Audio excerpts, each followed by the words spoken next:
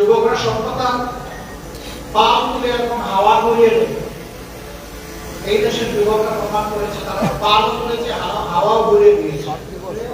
আমরা যুবকদেরকে আহ্বান জানাবো, কাজ তোমাদের শেষ হয়ে নেই, জাস্ট বিগিনিং।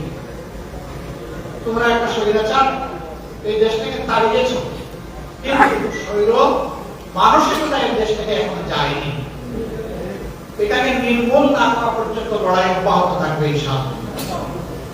আর আমরাও তোমাদের সাথে থাকবো, পাশে থাকবো, পিছিয়ে একেবারে সাথে এবং পাশে।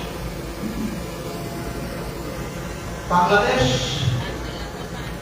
দুইটা গোল যদি অন্তত অ্যাচিভ করতে পারে তাহলে বাংলাদেশ বদলে যাবে ইনশাআল্লাহ। একটা হচ্ছে গাছ হবে, তার ডালপালা হয়ে যাবে, পত্র কলমে ভরে উঠবে, ফুল পাওয়া যাবে, ফলও করা যাবে। কিন্তু মূল যদি ঠিক না তাহলে তো শিখবে। এই জন্য আমাদের প্রাইমারি থেকেই আমাদের শুরু করতে হবে। আর আমরা শিক্ষার ক্ষেত্রে মাত্র ছোট্ট কথা বলছি। এই শিক্ষা হবে নৈতিকতা ভিত্তিক, আর এই শিক্ষা হবে প্রফেশনাল শিক্ষা। আমরা ওই সমস্ত বেখামা থিওরিটিক্যাল শিক্ষা এই দেশের জন্য আর একেবারেই চাচ্ছি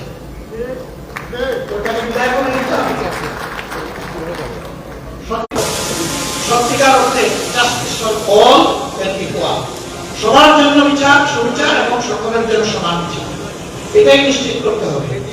এখানে কোনো ইম্পিউনিটি বলে কোনো কথা নাই, ইমিউনিটি বলে কোনো কথা নাই।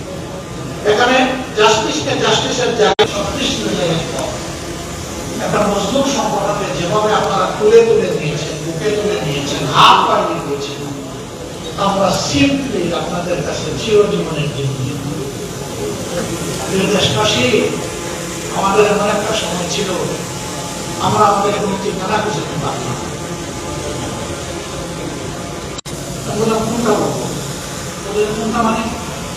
মানে আমার তো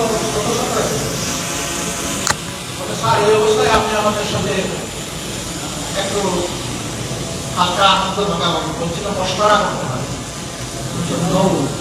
আমি মস্করা করছি না, বলছিলাম আপনি কি একটু বুঝিয়ে বললেন আপনি কিভাবে আপনারা